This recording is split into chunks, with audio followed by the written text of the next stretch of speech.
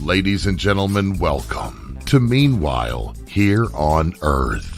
This program features in-depth conversations with the leading names in the subjects of UFOs, abductees, the paranormal, panel discussions, and the very best and brightest of the next generation of writers and researchers. Meanwhile Here on Earth, the show breaking new ground in alternative talk with your intrepid host, veteran investigative writer and researcher, Peter Robbins.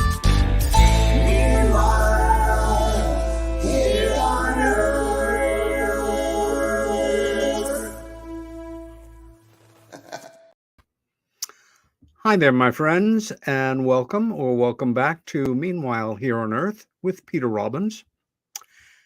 And a special guest tonight. Very special. As you know, Meanwhile Here on Earth is broadcast on KGRA Digital Broadcasting. You are watching or listening, very likely, on KGRADB.com. Remember that if you subscribe to KGRA, you not only get every one of the 60-odd shows I have done so far, but the countless shows in the network's archive. And if you use my name, Peter, P-E-T-E-R, when you subscribe, you get a 30% discount. Also, once the show is archived, you can find it online here on KGRA or at Spreaker.com, audio only. No monologue tonight, in part because this guest has more than earned the lengthy and rather mind-blowing introduction I'm about to give him. Gus Russo and I met 30 years ago when I was doing research on the Rendlesham Forest UFO incident and needed a place to stay in the Washington area, and we have been friends since then. Gus Russo is a veteran investigative reporter, author, documentary producer, and musician. His first book, Live by the Sword, The Secret War Against Castro and the Death of JFK, was praised by the New York Times as, quote, compelling, exhaustively researched, and evenly handled.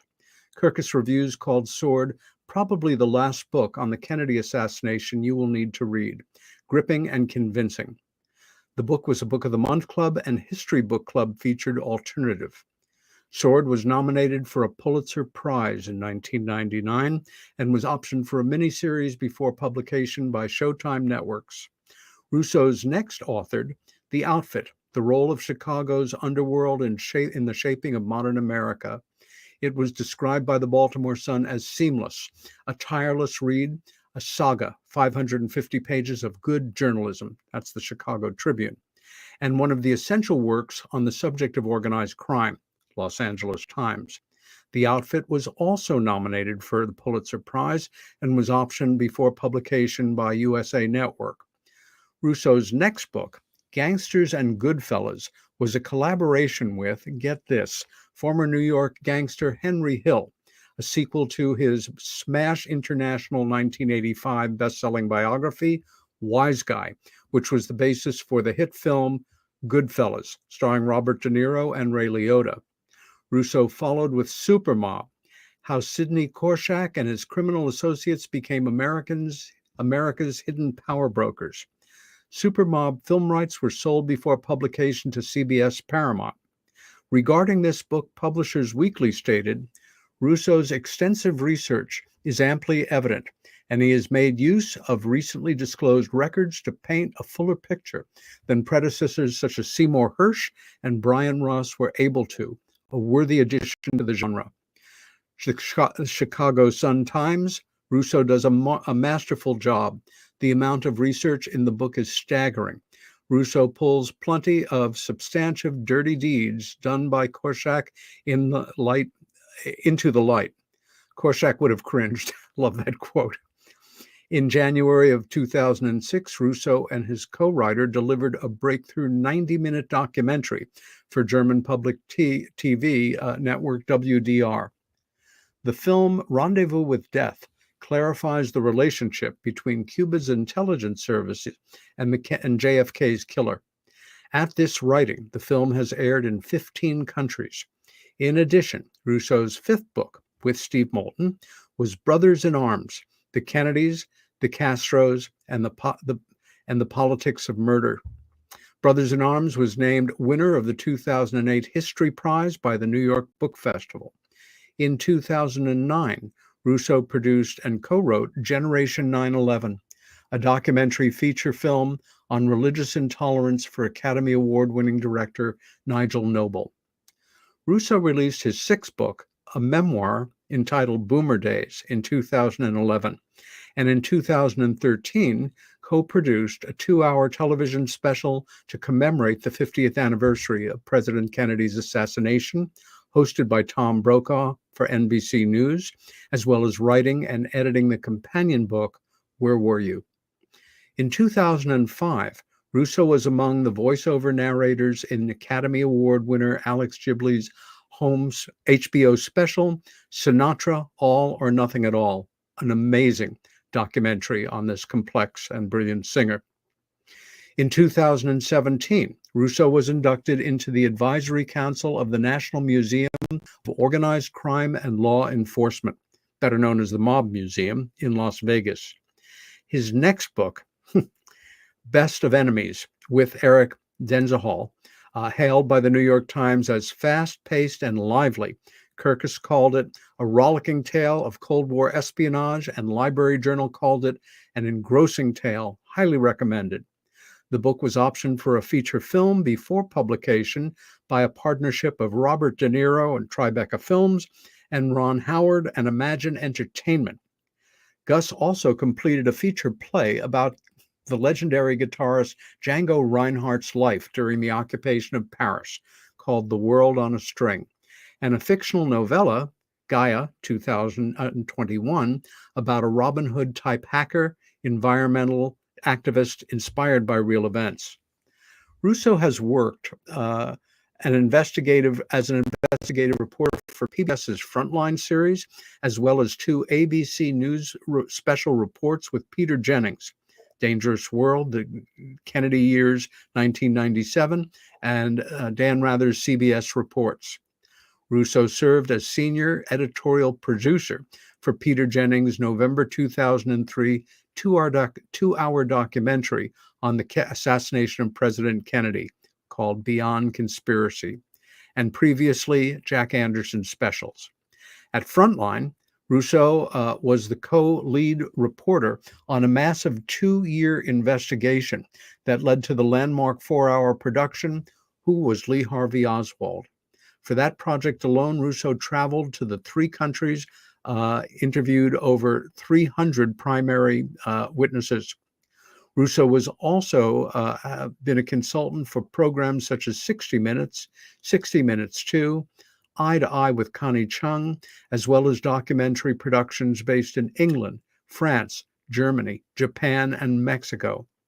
Russo has appeared on countless radio and TV programs, including NBC Nightly News, NPR's Wait, Wait, Don't Tell Me, a personal favorite, and the History Channel, numerous shows. A&E's Biography, specifically about Jack Ruby, Hardball with Chris Matthews, and Dan Rather's 1993 special, Who Killed JFK? Russo has researched for numerous writers, including Sidney Hirsch, Gerald Posner, and Anthony Summers, and has written for the Baltimore Sun, Variety, Baltimore Magazine, The Nation, The Washington Post, Book Forum, Spy Talk, Daily Beast, American Heritage, The Huffington Post, and Mother Jones. In another life, actually earlier in this life, Russo was and is a professional musician, composer, band leader, and private instructor. In that incarnation, he played with or in tandem with many well-known acts, including John Phillips, the New Mamas and Papas, Phoebe Snow, Michael Murphy, The Byrds, Livingston Taylor, Poco, Mary Travers of Peter, Paul and Mary, and Commander Cody. Russo, the musician, also wrote commercial jingles and low-budget film scores for such amazing films as Basket Case and Brain Damage. As an actor, Russo appeared in the opening night stage adaptation of Tommy Wiseau's The Room at Washington's AFI Theater, and was leader of the six-piece group String Theory, which emulated swing bands that took Europe by storm in the early 20th century, and mixed in the best of the American swing band combos. With acoustic jazz guitars, violin, upright bass, pedal steel guitar, and vocals, String Theory took on Django Reinhardt, Nat King Cole, Benny Goodman, Hoagie Carmichael, Dan Hicks, and other greats. This is an abbreviated introduction because we actually want to have some time with Gus on the show. Gus Russo, welcome to Meanwhile Here on Earth. It is to hear somebody talk about read your biography like that. I know. Any idea you wrote it, I wouldn't have sent it to you. I mean, you and I know I made it up, but it sounds really good. Gus, oh my God. Before we go on, you have been involved in telling some of the darkest stories of the century. And although you've been kind enough to supply some photographs of yourself, you are more comfortable doing this interview audio only, and future interviews when you'll be returning to the show. Would you tell our listeners and viewers a bit why you choose to do that? Well, let's see. I think people are generally more relaxed if they're not worrying about the lighting and if their shirt has a stain on it. You know, it's too distracting. Also, I'm terrified of the interweb and how you can put a 2-hour video up there that will be up there forever. And I just feel like I grew up as you did in the olden days with late night talk radio, which is, in some ways it's more intimate by having this kind of conversation. And I just know that once you get something up on the web, it never goes away. So and as I told you before, I think of J.D. Salinger as my hero. Yes, certainly one of my favorite things. As charmingly a reclusive American author as we have ever had in modern times. Kind of like a mob boss himself, take the camera, smash it, destroy the film. And by the way, Peter, I have to say, I have never done this before. It's very tricky and difficult to talk about yourself, especially for me. I'd rather talk about my work, but you're an old friend, and this will be probably the only time I will do something like this. But you asked, and so I'm here. But it's not something I normally do, and let's see if I can get through it psychically. You're talking about my number life. one. I have wanted you on this show since before I had a show, and just remembering when we first met through a friend, and I stayed at your apartment, and I remember walking in, and being a reading snob, of course, you're going to make judgments about people by their bookshelves. I walked in and I looked at your bookshelf in Baltimore, and I thought, holy shit, this guy has more books on the JFK assassination than I have on UFOs. And so began our friendship. I also appreciate why you're less than comfortable, talking about yourself rather than your work. And you have an extraordinary body of work. But again, I consider it a favor and a kindness to share some of what you're going to do tonight with my listeners and viewers. And I thought, you think you know somebody to some degree from exchanging stories over the years. And then last year, I finally read your memoir, Boomer Days, which in terms of American memoirs by anybody of our generation, I'll say it, it's my favorite. Oh my good, thank you so much. I really appreciate that. You're welcome, and thank you. And I'm not just being gratuitous here. We grew up in contemporary times. We shared a lot of the same memories from different points of view. Worked in peripherally some of the same worlds, had some of the same thoughts. And I want to understand a little bit more about how you became the person that you became. it's a focus of this show. There's so many public people that we say or we think we know, but of course we don't know them. We know the public self that's projected and what we dig up or hear in various sources, often incorrectly. And because it's such a perfect way to start our time together on the air, I've asked you to do me the favor of reading the opening first page and a half of Ooh. Boomer Days. And thank you again in advance for doing so. Okay, up to 2 floors up. Is that the words were when Up to, let's see, chapter 1, page 2, right through to some even believed he was behind the JFK hit in Dallas. Oh, okay, wow. All right, well, settle in, folks. Oh, wow. Oh, by the way, can I just say something before I read, Peter? Of course. I encourage everybody to do this exercise, to write a memoir if they have. You can find time. Don't say you don't have time. Just write for an hour in the morning for a year. But because it forces you to answer the question you asked. I'd never thought about how I became whatever I became. Yes. But when you start as an adult, as an older adult, revisiting your life, you think about all that stuff completely differently. Yes. And so it does help you realize how you became what you became, whatever that is. And it's a great exercise, to revisit in great detail all the things you think you knew with a different, perspective. And let me just add that none of us are writers before we're writers. So if you've never written, that's right.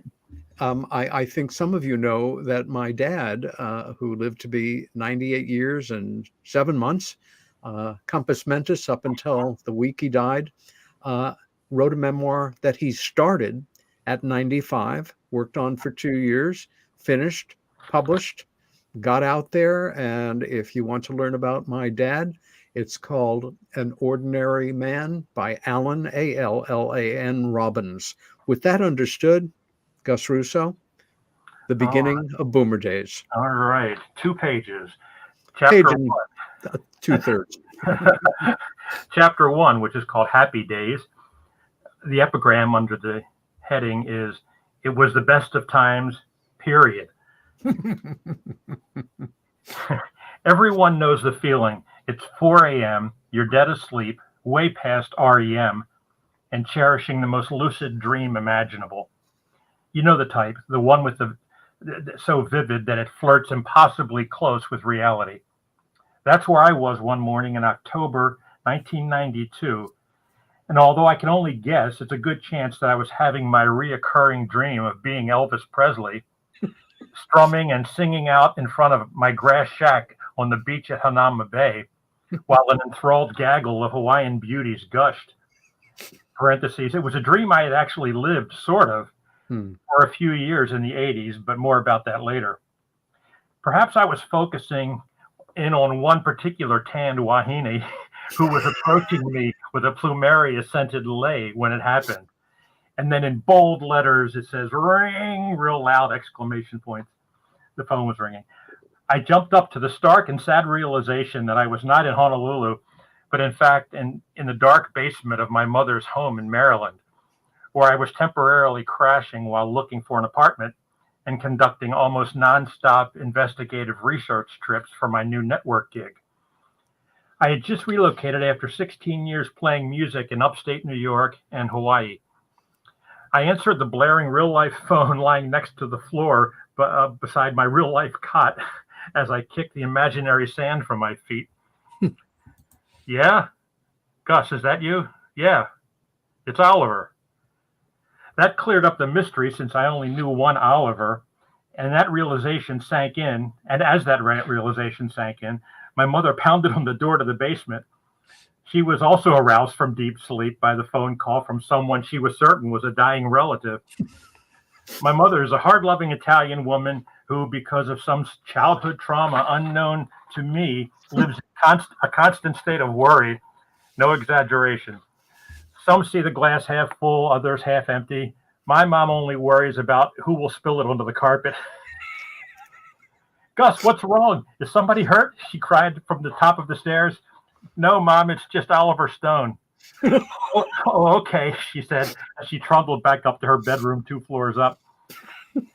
Now, one might think that an unworldly, widowed 66-year-old would be just a tad startled to learn that a multiple Academy Award-winning director was calling her son at 4 a.m. But during the time that I crashed at her home, she had actually gotten used to taking messages from my eclectic and usually eccentric coterie. Quote, someone named Rachel Porter called. Who's she? Parentheses, it's Lee Harvey Oswald's daughter. Quote, you have a message here from Vetus. That would be tennis whiz and dear friend Vetus Garolitis. Who is this Madeline Brown who called today? That was LBJ's mistress. Someone called from Washington, said you wrote him a letter. His name is Ted. I hope I spelled this right. Shack, Shackley. Who's he?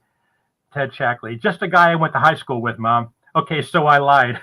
But there was no reason to worry her any more than normal by telling her that Ted Shackley was the senior CIA and executive most feared by the left, viewed as the devil incarnate, and the man who oversaw Operation Phoenix in Vietnam, a pacification program that generated thousands of assassinations.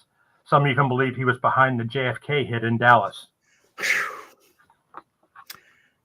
Okay. Mother.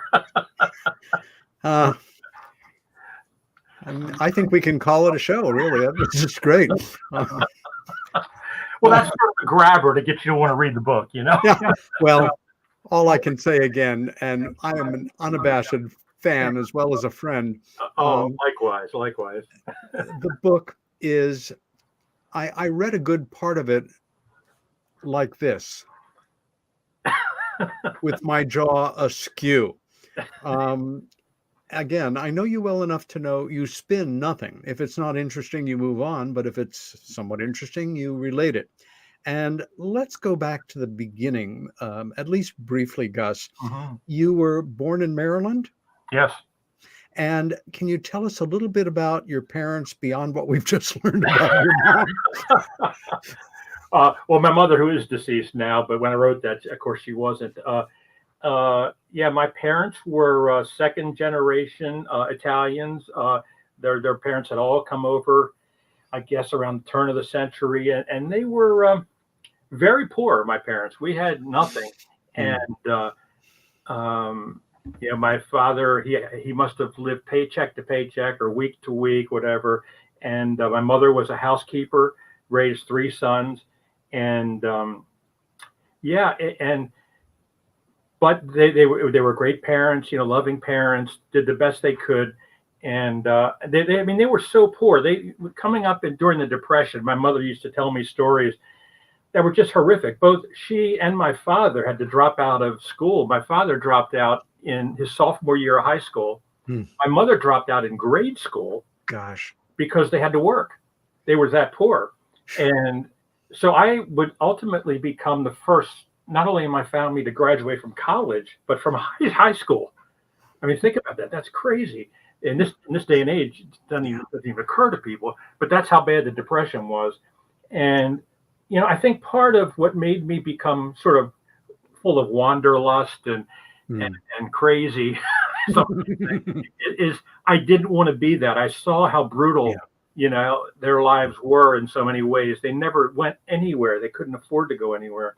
Yeah. And I just said, I'm going to not do that, whatever it takes. Even if I don't have money, I'm going to figure out a way to have adventure. And for better or worse, I think I did pull that off. But I think it was, I didn't really consciously think that at the time.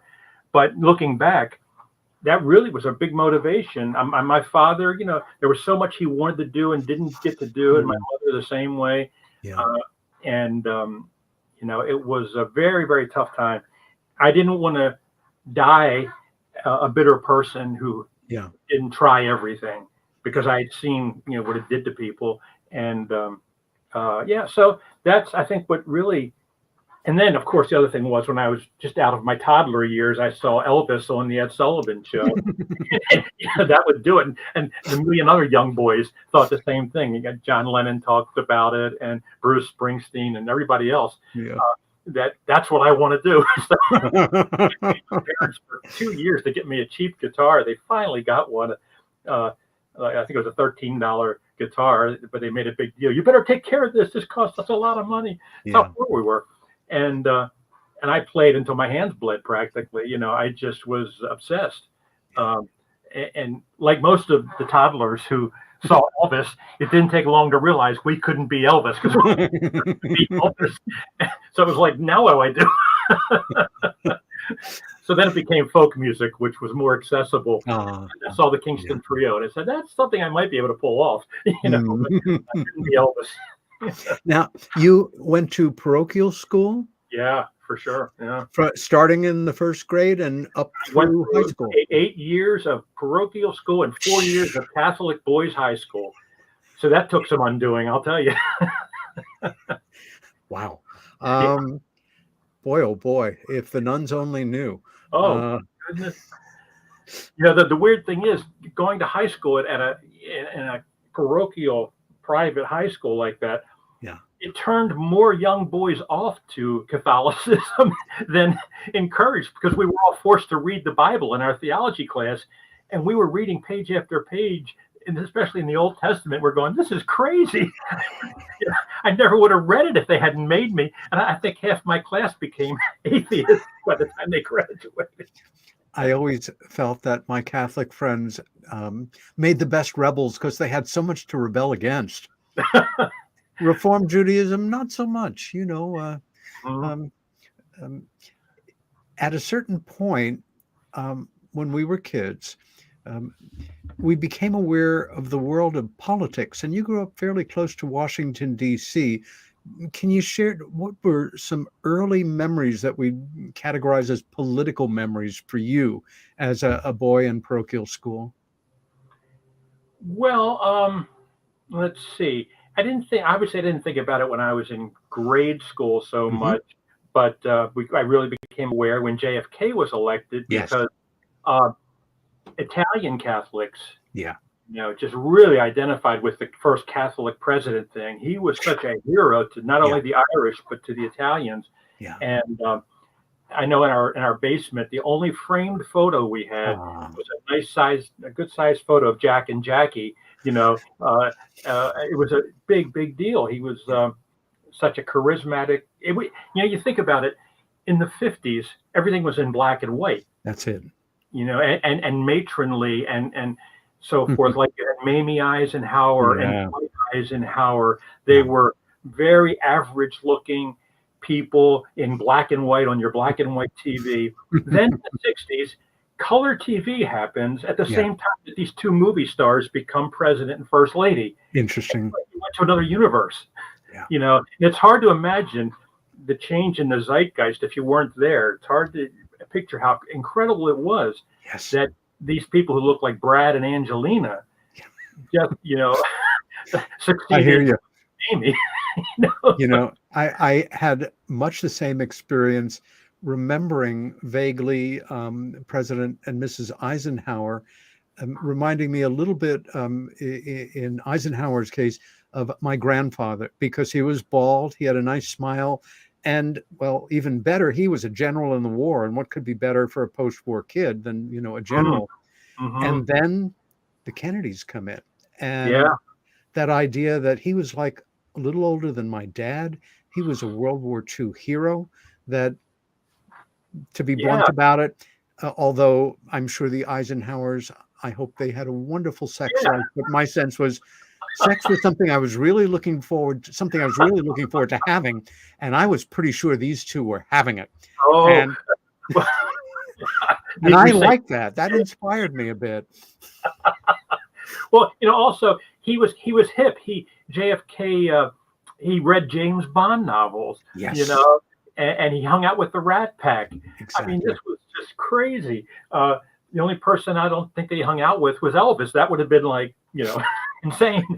But so you went from the 50s into the 60s was such a quantum leap Yes. that then all of a sudden you started thinking, you noticed politics as a young person. You say, boy, Yeah. what is this political thing?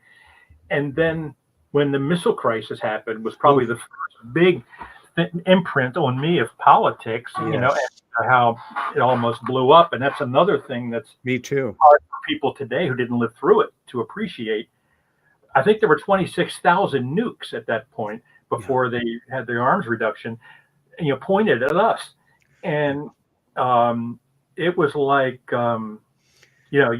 we spent that much of that week living in the basement. We really thought we were close to Washington, D.C. Yes, very. So, we just thought it was terrifying, and it's hard to explain that to people who didn't go through it. But it was. So now all of a sudden, you're interested in the political situation, and then JFK gets killed. Yes. And let's go back to November 22nd, 1963, a day that for all of us that lived through it was life-changing. What do you remember about that day, Gus? Because it impacted on your life, looking back on it, certainly more than it did other people's lives. Yeah, part of it certainly was that our family's connection to the Catholic thing with the Kennedys. They were like gods in our house. So for people like us, it was a big, big, big deal.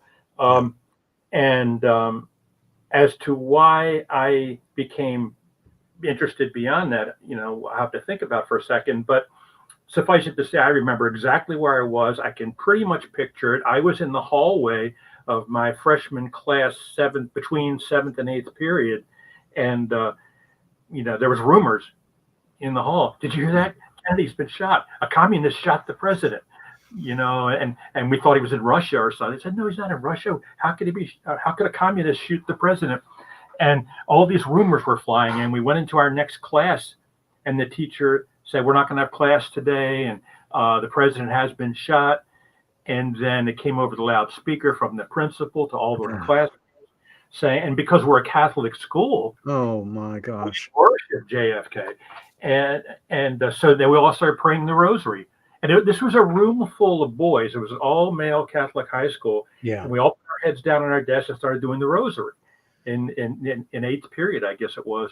Yeah. And it was just such a traumatizing event for a Catholic young boys to live through.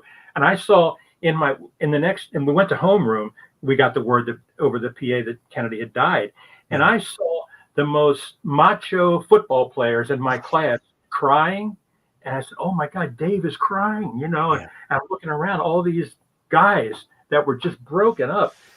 So it was quite a moment. Now, I want to flash forward. Please. Just to make a connection to that. Decades later, after I had written some books and done some things, my alma mater, that high school, asked me to come back and speak to the class, and it was great. So I went back, and there was a couple hundred students there, and I talked about my work on the Kennedy case. And this is the eerie thing. Hold on to your seat for this one if you don't remember this from the book. So after it was over, this was an evening event. We walked out on the portico outside of this large cafeteria. Hold it one moment, Gus. We're getting some distortion. On my end. Chanel, can you adjust that? Continue on, Gus. Yes. Is that better? Just fine. So here I am decades later making this presentation at that same school. Yeah. And we go out onto the portico or whatever it is outside the cafeteria, and I'm talking to some of the students. And then one of them comes up to me and says, did you hear what happened? What just happened? I said, no, I've been speaking. He said, Jackie Kennedy just died. And this is no lie, I was 30 feet from where I heard that JFK had died. Yeah. So I said, okay, I'm never coming back to this school again. I don't want to kill anybody else. Sometimes the only retreat is dark humor, and very dark humor at that. Yeah, I advise you to keep away from the school too, please, for all of our sakes. I mean, talk about the hairs going up. Oh my goodness. Yeah. So anyway, so that's my flash forward, how weird that is. But so yeah, then the Kennedy thing happened, and I became very interested in, obviously what happened, who done Yeah. it, and the reports were so contradictory. Yeah. I guess I may have been born with an analytical mind that couldn't I think so. sleep. I would say, "How can you sleep?" Because the one cop said it was a Mannlicher Carcano, and the other guy said it was a Mauser. Dad, how can you sleep? One guy said he was shot from the front, and one guy said he was shot from the back. And to me, I couldn't wrestle with. I couldn't relax until I knew what was correct. And obviously, this didn't bother everybody, but those kind of inconsistencies really started to bother me, and that set me on the long trail of trying to figure out what happened. Gus, for many of us young people, the couple of months after John Kennedy was murdered were particularly elegiac, dark, incredibly depressed. And I remember for myself, maybe 3 months later, growing up on Long Island, about 30 miles east of Manhattan, lying in bed one night in my usual routine of covers pulled up, reading a comic book, transistor radio on, earpiece in, flashlight on, feeling I'm getting away with some kind of murder, and my parents are completely oblivious to this routine. Right, yeah. And Murray the K, legendary disc jockey, said he basically played a song from a group in England. And I remember just stop reading the comic book and really listening. It was the Beatles' I Want to Hold Your Hand. Mm-hmm. And I felt, I'm not going to exaggerate, just like a surge of electricity and something really positive, and something that for the first time took me out of the sadness that I had been feeling. And it was a sea change for me.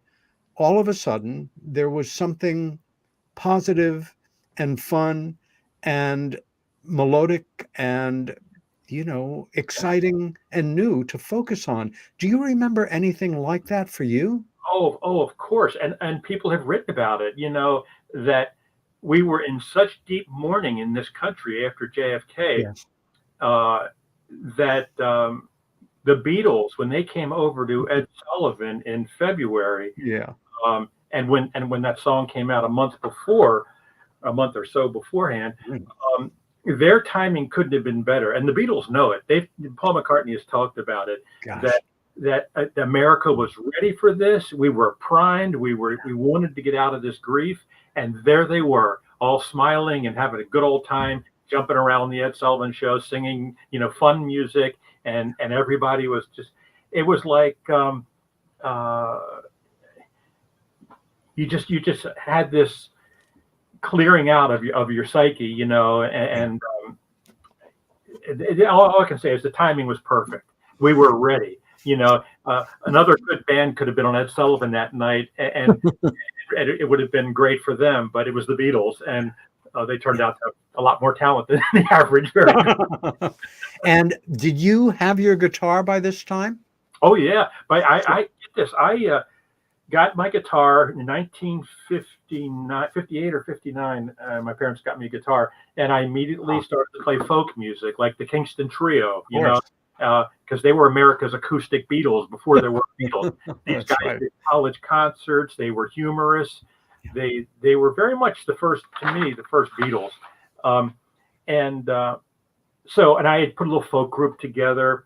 And in grade school, at the CYO talent show, me and my friends won the talent show playing Kingston Trio songs. So I was primed, and I was already a player by that point. I'd already played things as a 13-year-old. I played for money, so I was semi-professional. I did a few jobs. Great. And had a little rock band, because just before the Beatles, I had discovered the Beach Boys, and I wanted to be first surfing band in Baltimore. Not only stupid from the obvious, but you can't dance to or some of the songs we were trying to do, and so we didn't get a lot of work, but again, I was obsessed with that music. Yeah. So then the Beatles came in and we did Beatle tunes. I was working a lot in the 60s as a teenager. I bought my first car with money I earned playing music. What a thrill that must have been, especially Oh, coming from the situation that you were. oh, it was wonderful. And again, I was lucky. We were all lucky Yeah, in that period of time we because were. as a 14, 15, 16-year-old who wanted to learn to play in Baltimore at the time, every Friday night, I looked this research up for my Boomer Days book. There were hundreds of CYO dances in the city. At every parish, there was a dance on Friday night. And at every public school on Saturday night, there was the teen center. So Gosh, between the two, you had about 700 places for teen bands to play. how And wonderful. we don't have that anymore. That's how we learned. So I was already working Yeah. by the time I was 14, 15 years old. And because they would take almost anybody. They needed 400 or 500, 600. So anybody could get a gig. But that's how we learned. And I feel bad for young people today. They don't have Yes. that. And It's so hard to explain. In the pre-digital days, not only were we not deprived, but we were capable. It was such a simpler time. Parents weren't fussed if you disappeared for the day. They weren't worried about you, being kidnapped or shot in a Right. school shooting or something. And that excitement of things being so new, of hearing these songs as they were coming out, and of course it all exploded a little later in the 60s. It's very difficult to explain to people sometimes what it was like hearing these new songs by these extraordinary groups for the first time and Yeah. realizing you were in the middle of it and the history of popular culture was changing around you. You could literally feel the wind of history in your face. Yeah. Yeah. I want to go back a few years because when you were a bit younger, you had a sighting of something we've come to call UFOs. Can you tell us a little about that? Yeah. The weirdest thing about it was broad daylight. You don't hear a lot, of these crystal clear sightings. I was out in my backyard. I was a young teenager, maybe 13 or 14. It's in the book. I can't remember exactly, but I went out in the backyard. Maybe it was 3 p.m, a clear sunny day. And we had a stand of trees, maybe 400 yards or a couple hundred yards away, very tall trees. And I happened to look up and I saw just a classic shape. It wasn't like a blurry thing. It was crystal clear, the classic saucer look. And I stared at it for a while. I said, what the heck? And I didn't have any particular obsession or interest in them at the time. I had seen the sci-fi movies and stuff, but I didn't think I was, that much that I would hallucinate. So I went next door and knocked on my neighbor's door, a married woman, probably in her 30s or 40s at the time. And I said, Miss Marion, would you look up there? Do you see what I see?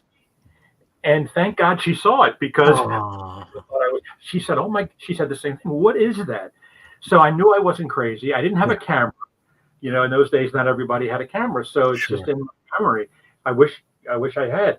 And then it hovered, I don't know, a couple of minutes and then just streaked off or struck off, streaked off and just disappeared. And we looked at each other.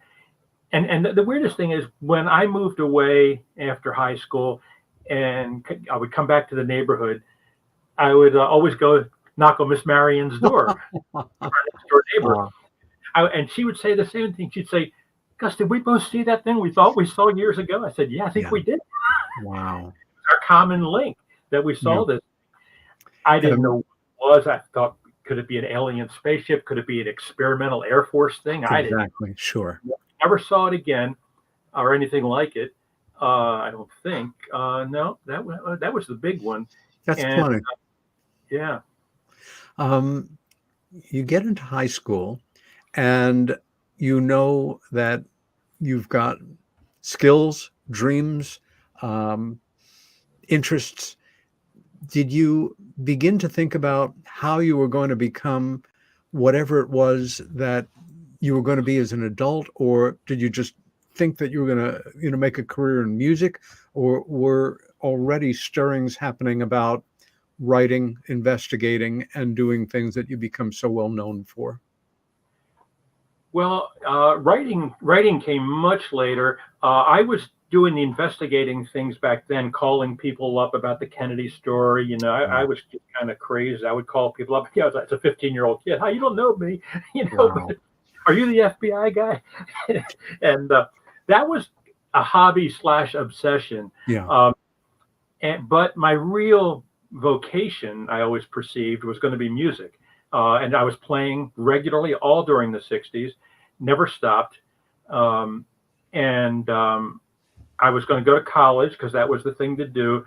And I did go to college and majored in political science because my college I went to didn't have a music major. Interesting. And I took a lot of music courses. And I didn't tell my parents this, but I had every intention the day after graduation of forming a band. Right.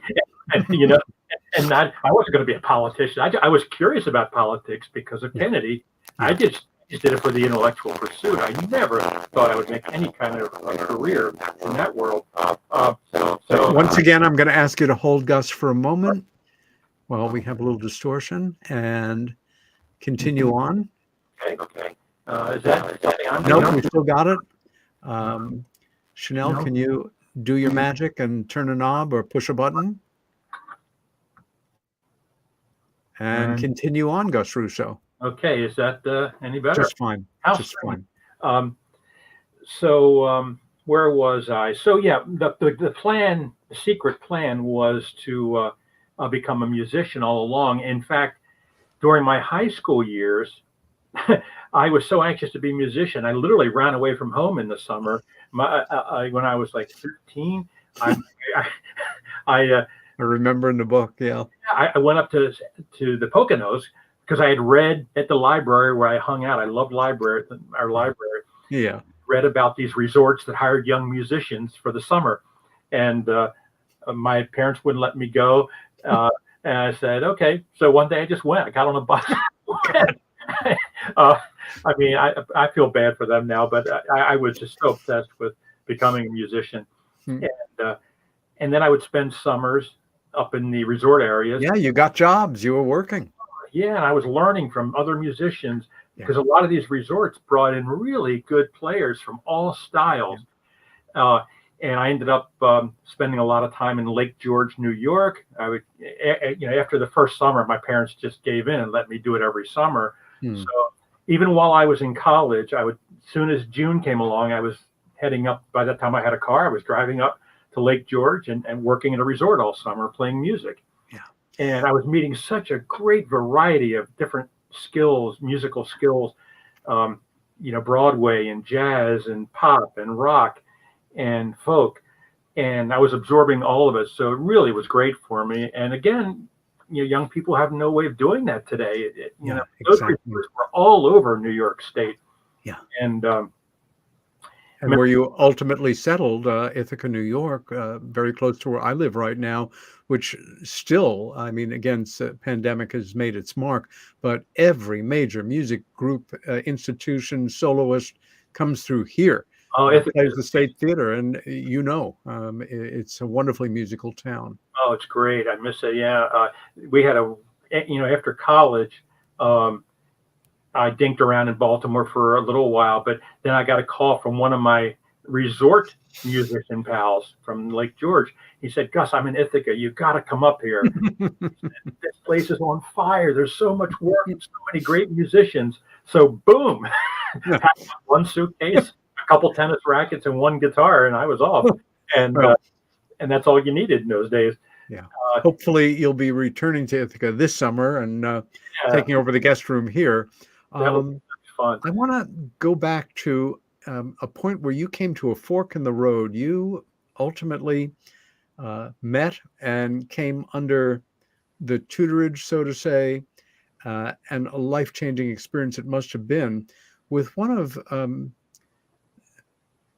the Senate's most, for me, respected elected officials, Senator Frank Church, who died much too young, the kind of politician I wish we had more of, who headed an incredibly important committee, the House Assassinations Committee. You met him, and do I remember correctly that you worked as a page for the House Assassination Committee? No, I think, yeah, there's some misunderstanding there, miscommunication. Basically, in '68, I was a volunteer for Bobby Kennedy's campaign. That's it. Political work started. But then I think you're thinking of McGovern. In '72, I actually worked full time in Maryland working for McGovern, and I got to know him and drove him around a few times when he came to Maryland, which was just insanity because I had to speed up old car to had a presidential candidate and in the back seat. And I'm driving them to a restaurant or something, and here I am dressed. I'm in full hippie regalia, and I was hanging out with the presidential candidate. There's a picture in the book of me after I drove George to the airport, and look closely, you'll see I'm wearing these patched Neil Young kind of pants, and I just drove him. Yeah, it was George McGovern, and I never met Bobby, and it was awful because. Well, obviously it was awful, but he died and he was murdered in June of '68. Yes. And I was out handing out leaflets the day he died, and when we got fired. And he was going to have a big party at his house in McLean, Virginia, in a few weeks for all the volunteers. And I was really looking forward to meeting him because he had a tennis court, and I was going to bring my tennis racket and play tennis with the Kennedys. And this is a selfish, personal thing. This is not nothing. That's the way it was. It's just a weird thing that we were all going to hang out and meet Bobby, who I thought the world of for his stand against the Vietnam War. Yeah. And so a month before we got to meet him, that terrible event in Los Angeles. That had to flash you back to 1963 in some sense. Well, yeah, people can't imagine today what it was like to go through JFK. Yep. And a few months before that, in April, Dr. King was murdered. It was a terrible year in that sense. One after another, yeah. It's hard to even think about these days. But, and then the one I got closer to was, who I did meet a lot, obviously, was George McGovern. And I spent a lot of time working on the East Coast for him. Do I remember correctly, at some point you interfaced with Senator Church? Yeah, but very, very briefly. I went down when they had the church committee hearings. I would try to come down and attend some of those when they had the open sessions. I communicated with his office, just as a kid. It was kind of crazy, but I just wanted to be involved. But I couldn't say I knew Frank Church, but I knew his staff, people like that. And then I got to know a lot of the people in the House committee after that. Now, at that time, because you were an earnest young guy, obviously passionately interested in this, who was it, if I remember correctly, who gave you like a Xerox copy of Lee Harvey Oswald's address book? That was, I think, a good bit. Well, the Warren Commission actually published his address book. So I got a copy of that, probably at the National Archives. I can't remember any great story about that, but at this point, I at some point I'd come up to 40 boxes worth of documents from every available thing. So a lot of stuff came from the National Archives, Oswald's address book, which I gave a copy of to his daughter years later, one of his daughters, Rachel. That's a wild story too, but I don't want to digress too much. Anyway, so. So I was getting more and more involved, and it was really a strange life because I was a working musician, and our band toured around quite a bit. We were up in Ithaca as our base, but we would go around the country. We had a lot of good work. Yeah. But me, if we were going to book a gig in in Cincinnati, I'd say, oh, that FBI guy lives in Cincinnati. So every town we went to, I would try to find somebody to call up who knew who was involved in the Kennedy story. But it wasn't for a book or anything. It was just for me. I was desperate to find out what happened. And that's how I first got to travel around, thanks to music, and started to interview people. Now, believe it or not, we're coming into the end of our first hour. When we come back, one of the things that, completely separate from all this stuff, I think it was in high school, you were introduced to the sport of tennis, and you went on to become, without exaggeration, a professional level player. And it was an amazing passion of yours. I don't know if you still play, but Oh, it wove its way into the fabric of your life in no uncertain terms. How, in 1 minute, did that happen, that you were introduced to the sport? well, it was when I was at Mount St. Joe, the parochial high school. When I was a freshman, um, uh, football was big in Baltimore with the Colts. We all Sure. loved it. So I went out for the freshman football team, which was the most painful experience of my life. Uh, Jeez. it was a week of doing calisthenics and jumping jacks and banging into each other. There was no like on TV where you throw the ball 40 yards and somebody. We didn't do any of that. We were just beating each other up. And I said, "This isn't any fun." So then we were going back to the gym one day, all bloodied up and bruised after about 2 weeks of this, and I saw the tennis players. I said, "Boy, that looks a lot." Look, they're wearing white. They're not beat up and dirty, and So I they said, get to meet girls. "Football thing. I'm going to quit this. I'm going out for tennis." So and I went out for the team. Didn't know how to play. I had a great coach who taught me, and luckily we had a really good coach. And he And put up. hold that thought for a moment, Gus Russo. We are about to go to a 3-minute break. Peter Robbins, meanwhile, here on Earth, special guest, Mr. Gus Russo, back shortly.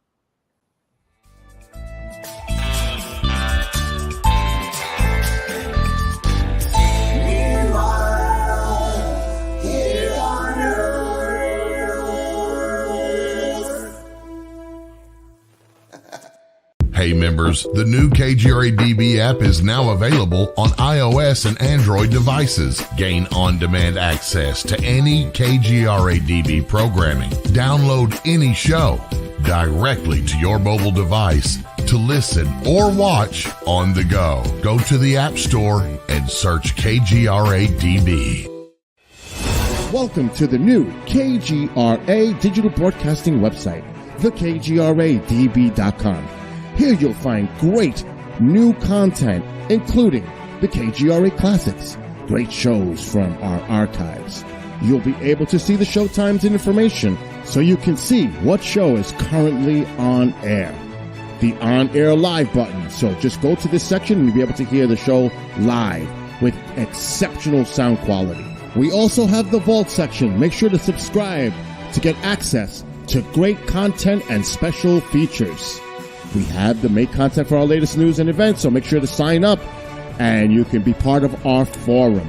So make sure to check out the new KGRA digital broadcasting website, thekgradb.com. We look forward to seeing you there, and we hope that you enjoy the new website.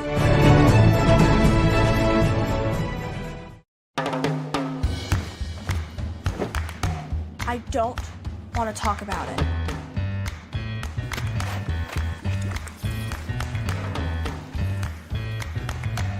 I don't want to talk about it.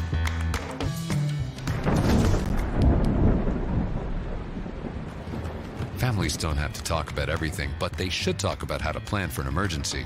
Get tips and resources to make your family's emergency plan. Discover the Observation Deck, a one-of-a-kind virtual event platform that takes video conferencing to the next level by using avatars to navigate a campus. There's so many areas and activities to choose from. There's a 1,000-seat auditorium, an expo hall, a nightclub, and even a beach. So come attend a conference, take a class, or hear a lecture on the incredible Observation Deck campus. Go to theobservationdk.com.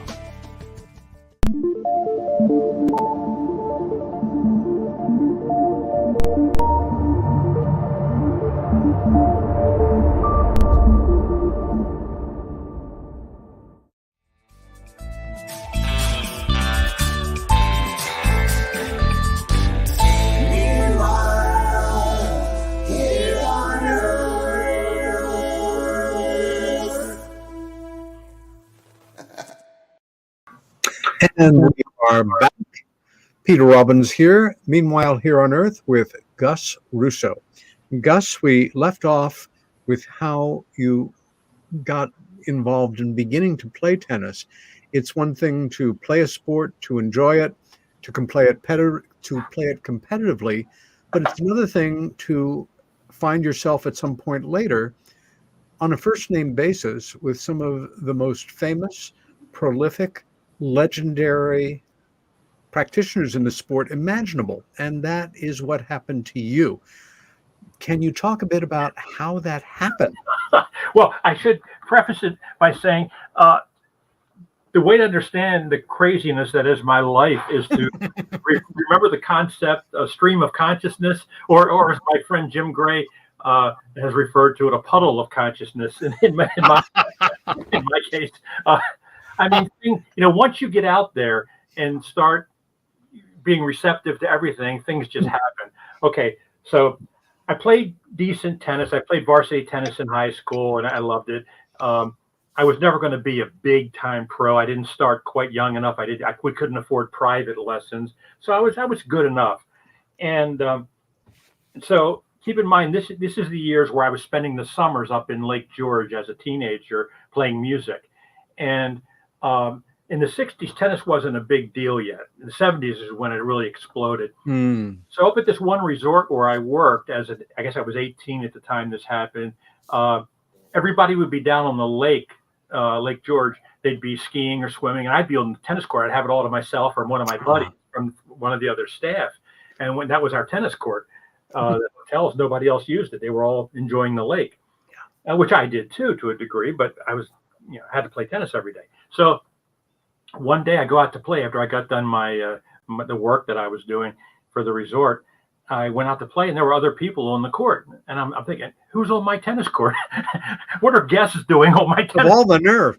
Don't you know there's a lake down there? You should be skiing. And so I went over and I introduced myself. And it was this wonderful family from Queens, New York, who were obsessed with tennis.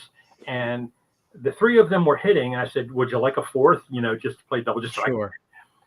And they said, sure. They were very nice. Anyway, the father was there with his two kids, a brother and sister, and me. We were playing, and they were just wonderful. And the father's name was Vitas Gerulaitis Sr., and it was his probably 13-year-old boy, Vitas Jr., and his sister Ruta. Gotcha. Well, I didn't. Big deal, but his father, Vitas Sr., was a former Davis Cupper from Lithuania. He was teaching his kids. Just a total fluke that they Blue Water Manor. It turns out this resort was owned by a Lithuanian woman, so a lot of Lithuanian immigrants from New York City stay at her resort. My luck, And so I'm hitting there with Vitas and his sister and his father, and we did it for 2 weeks. We became great pals. The thing was, Vitas wanted to be a guitar player. And I was playing every night in the rock band at the resort, and he would sit there with his buddies, Gaga, and I wanted to be a better tennis player. So I was showing him guitar things, and he and his father was showing me stuff. And so at the end, when they were getting ready to leave, it was so sad. And Mr. G, his father, Mr. Gerulaitis, said, "Hey Gus, at the end of the summer, why don't you come down and stay with us? Because we're members of Forest Hills, the U.S. Open." Of course. Board there, and you can come with us to the matches. Okay. I can't believe I did this kind of stuff. Okay, so I called my mother up. I said, Mom, you know how I'm supposed to start my first year of college in September? Oh, no. I won't be showing up for a couple of weeks because I'm going to the U.S. Open with my new friends. I missed orientation, the first 2 weeks of classes, because I was hanging out with Vitas and his father and people like Ilya Nastasi and John Newcomb and Rod Laver and Ken Rosewell. I knew all these people. So I was meeting them all through them. It's just this, like I say, stream of conscious craziness.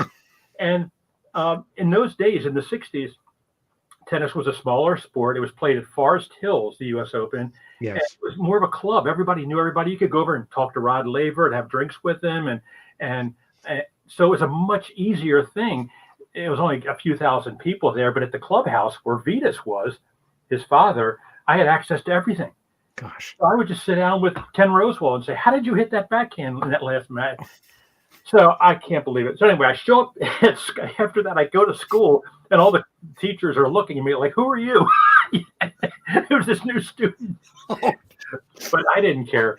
Ah, That became a tradition. Every fall after working at the resorts, I'd spend 2 weeks sleeping in Vitas's basement oh in man. Queens, New York, at Howard Beach, Yeah. and we'd take the train to Forest Hills. We'd grab a bag lunch in the town and Yeah. take it into the matches, sit there and watch the matches. And I never had to pay because they were members and they got me in. So I was staying for free. But then, Vitas became famous. Very famous. He at one point for a minute he was number 3 in the world. But the thing about him was that every tennis player loved Vitas. He was a rock star. So by knowing him, he was the best guy to know on the whole tour because his best buddy was Bjorn Borg. And so I got to know Borg and Jimmy Connors and McEnroe. They all worshiped Vitas, my buddy. Oh my gosh. So I would walk a couple of feet behind him, and pretty soon I got to know them all. And it was just a fluke that they showed up at Blue Water Manor when he was 13 playing tennis, and we became buddies. And every time I'd see him, I'd be giving him guitar lessons, and his father would help me with my game. It was so symbiotic and wonderful, and we were dear friends until the day he died. Right, of course, a terrible day. And he was, I have to say, Vitas was probably the kindest, most giving human Generous. I've ever met. If he was your friend, he would have cut off his arm for you. Everybody loved him. When he died, Jimmy Connors, Bjorn Borg, McEnroe, Guillermo Vilas, they were all crying. And you never see McEnroe cry. No. At his funeral. They were his pallbearers at his funeral. And he tennis tournaments had to stop around the world because these guys just left and went to Vitas's funeral. And it was definitely tragic because of carbon monoxide from backed up heaters, I remember. He flew back from California where he was playing with Jimmy Connors in a tournament. He said, Jimmy, I have to leave because I promised a friend I would play at a charity event on Sunday. He flew all the way back for a charity event on Long Island, and he was staying, and he took the overnight flight, and he was tired, so he wanted to crash for his charity event in the afternoon. So he took a nap in this guy's pool house, this millionaire who was putting on the charity event, and they had a leak, and he just went to sleep and never woke up. God. And he was in his 20s, right? No, he was in his early 40s by then. He had already had a big run in the 70s and 80s as tennis player. By now he was turning into a commentator. Yeah. And he was the first color commentator tennis player, and he was the best. He's the one who showed McEnroe how to do it, and everybody else. He was the first, and he was hysterical. He had found it's just like when Lennon died, how his second life had just begun. He had a new #1 album. He was performing again, and he was in love, and everything was going great. And boom! Well, the same thing happened with Vitas. His life he had a tough time with drugs in the 80s as a New York City playboy. Sure. And, and he had come out of it. Jimmy and Bjorn, they all did an intervention with him at one point. It was really pretty amazing. But he was a great guy, and he had just created a new life for himself. And then boom. Gus, let's shift gears again. When you and I met, almost probably 30 years ago to the year, you were working on the book that became Live by the Sword. As I recall, did that in the early 90s? We met probably in the early 90s, mid 90s. I think 92 was 92. When I started. Yeah, I was. Well, at the time I was working on documentaries, like for Frontline. I was doing a big show. Okay. And I didn't really think about doing a book, but I had all this material left over. I didn't ever aspire to be a writer. I wanted to be an investigative reporter or a documentarian if I couldn't be a musician. Yeah.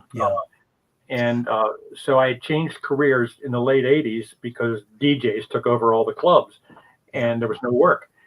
So, I just said, well, I'll do something else interesting. I'll try to do documentaries. And I wrote a proposal to Frontline and they bought it.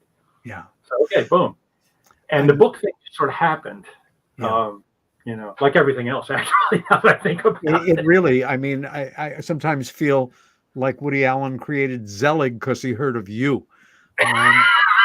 it's not a bad comparison. I put on the back of Boomer Days. It's true comparison, and I don't know if we have all those photos. I don't know if you're going to show any of those, or you can put them up. In fact, I thought we would start on them now.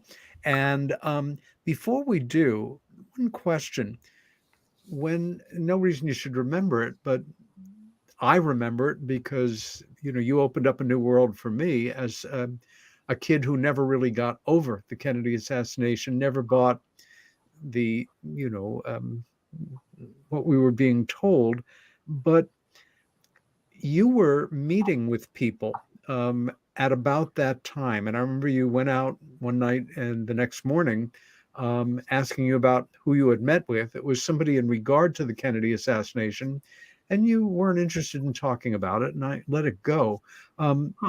In all of your work, again, your work just on the mob and organized crime has brought you into contact with some rather scary individuals. Has there ever been a time in your work researching the Kennedy assassination, the mob, or organized crime where you have felt concern for your safety?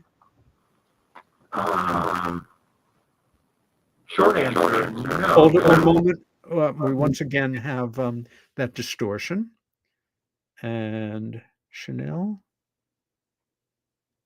I'm going to guess we're good to go again. Give it a go, Gus. Okay. We're on. Yep, keep going.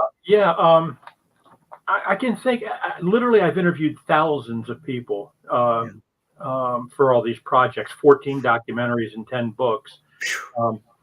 And I can only think of 2 times that a little bit of fear cropped in. One is a little bit of a story. It takes 3 or 4 minutes to tell. The other is just an intuition when I did a spy book in 2018 about 2019 about the KGB guys who helped. Best of Enemies. Best of Enemies. The KGB guys who helped bring down Robert Hansen and Aldrich Ames, the moles. Oof. And it's at that time. Would you share that intuition and that brief story with us now? Sure. The brief story goes back to when I was investigating the Chicago mob, and I wanted to talk to some of the real gangsters. So, knowing me, I just pick up the phone and call the Giancana family, Sam Giancana. His family. He had been deceased, but I wanted to talk to his kids, who were adults at that point, and they agreed to talk to me. But they wanted to get to know me, obviously, first. So they said, let's go out to dinner, and we'll talk, and we'll see. And Italian restaurant, dare I ask? It was a restaurant in the suburbs. I have the name of it, in my book, I think, but it might have been in River Forest or something. But it was, at the time, I knew of the place because it was very popular with the Italians in the suburbs, and some very well-known rub-outs that happened in the parking lot. Nice. And so I'm thinking, they want to take me there. Okay. Continue. It'll come to the name of it, I think. But regardless, it was a very nice-looking place. So I drove out there in my rent-a-car, and there must have been 10 of them there, 3 or 4 of the Giancanas, their spouses, and 2 bodyguards. One of whom was Sam Giancana's old bodyguard. Oh, God. And so it's 10 of them. My first thought was,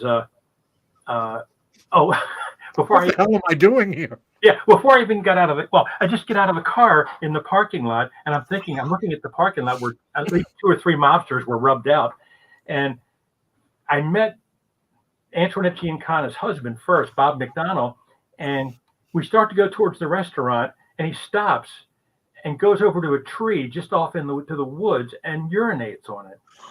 And I go, what the hell? He couldn't wait till I said, Bob, what? He said, well, a guy I didn't like got whacked there. And it's sort of a ritual. Every time I come here, I piss on it. Okay. So then we all go to the restaurant. Traditions are important to keep. So we go to the restaurant, and I'm talking, the whole family's there, and I'm thinking about my credit card. I've got 10 people here. We're getting massive amounts of food and wine. Oh, my God, how am I going to pay for it? And so it was going pretty well. But the 2 bodyguards at the opposite ends of the long table didn't say a word. They were just staring bullets at me, just with their arms. I'm thinking, these are the guys I'm thinking about, I'm mostly concerned about. one of whom was named Uncle Louis, who was Sam Giancana's bodyguard. So about an hour or two into this thing, it's going well. Uncle Louis walks up behind me and taps me on the back and says, "Hey, Russo, we got to go out to the parking lot." The parking lot. You asked me when this was the time when I was scared. And I said, nice knowing you. Yeah, I was going over in my head, what did I say to offend them? What did I say? I was trying to be so careful. So we go out in the parking lot, and Louis says, "Hey, Russo, we like you. We're going to help you out." I wipe my brow, and I go, "Uncle Louis, you could have told me that in there. I just lost 5 pounds." But that's only part one of the story. Okay, this is a 3-part punchline. Continue on. Yeah, so we go in. At the end of the thing, he won't let us go to our cars because now I'm part of the family and he's my bodyguard. And he walks us all individually to our cars to make sure we get in okay. And he says, "Gus, no, you stay here. I walk everybody to their car. This is my world." So, okay, he walked me to my car, go to my hotel. I'm not there 15 minutes. I get a call. It's Uncle Louis. He says, "Hey, Gus, you're part of the family now. And I just have to ask you, is anybody bothering you? Anybody you want me to talk to? You need any women? Need any booze?" "No, Louis, everything's great." Well, that would happen twice a day. I'd get calls from him at the hotel. Even if I came back to Chicago 2 months later, there'd be a note from Uncle Louis. Same question. My God. "Anybody bothering you? You need anything? Should I talk to anybody for you? You need any women? You need some booze?" "No, Louis, I'm great. I'm great." And do you need anybody killed, basically? Yeah. And this shows you the seductive nature of that world. He wasn't asking for a penny. All he wanted to do was make sure I was happy. Oh. Well, time goes by. This is the final punchline. I am back in Baltimore, and I got a call. I would get calls periodically from Antoinette Giancana, Sam's daughter, and she asked me how things were going. I was talking. And I said, yeah, things are going good. Just one thing, this publisher of one of my books, man, he's holding out on the oh no, on the royalties, and man, I could really use it. And she said, "Oh, that's too bad." And we kept talking. We hung up. 5 minutes later, I get a call. "Hey, Gus, it's Louis. I hear somebody's bothering you. Somebody owes you some money." He's already checked the airline schedule. I can be there at 9:30 tomorrow morning. And again, he's not asking for anything. And I said, "No, Louis, please, I don't need you to come here and bother anybody or intimidate anybody. Please, no." He said, "Gus, how much does he owe you?" I think it was about $10,000. And he said, "Gus, you'll have it. I'll be there at 9:30. You'll have your money by 10. And I was broke, but I said, no. I talked him out of it.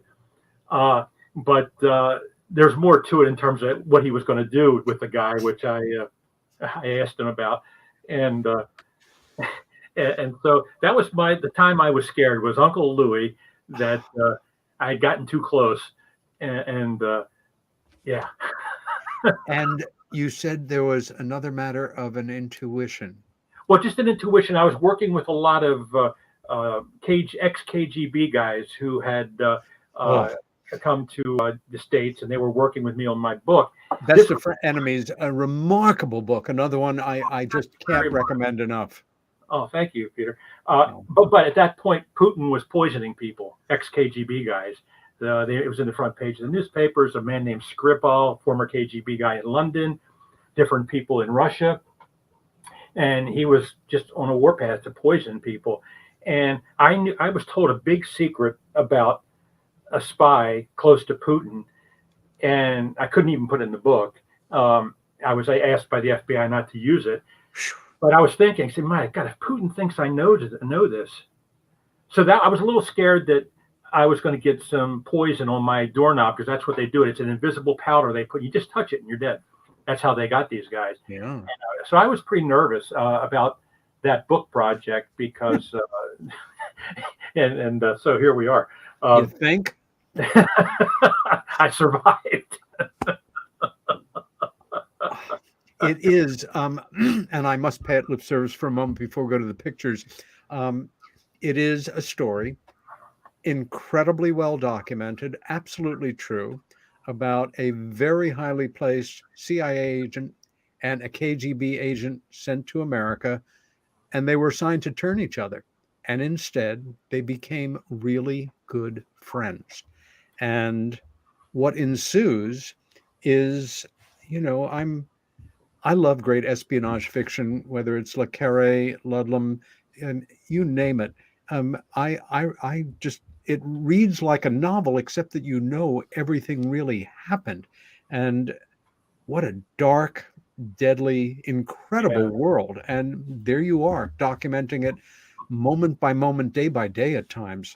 Um, you thank you. really are an extraordinary investigator, and I'm so glad you became a writer. Oh, well, thank you. Yeah, that's a weird thing too, because at the end of a couple of documentaries I did in the '90s, um, I was talking to somebody about all the excess material I had that never got put in the shows, Hmm. stuff that I thought was really great. And his friend said, "We should write a book." I said, "I'm not a writer. I never aspired to be a writer." And he said, "But you have a huge library. People who read can figure out how to write." And I said, "I don't know." He said, "Oh, you'll figure it out." So, okay, I'll become a writer. Um, it's you sent a wonderfully eclectic group of pictures, and I'd like to go through them right now. Okay, that would be about the third or fourth one. You want to put them in any order in particular, or let's Um, see. they're actually, I'm putting them in the order that they were numbered in, but they jump around, Oh, I see. Yeah, this so was my just yeah. this is my band Durango, and when I moved to Ithaca after college, we had this trio doing mostly acoustic music. That horse, by the way, is nibbling on my ear, and I'm trying to keep a straight face. Uh, and Beamer, the guy holding the horse up to my ear, he was loving every second of it. Dude, last time I saw you, you did not resemble Van Gogh, so the horse was unsuccessful. This is how interesting. This magazine is dated October 18th, my sister Anne's birthday, but Oh, 1975.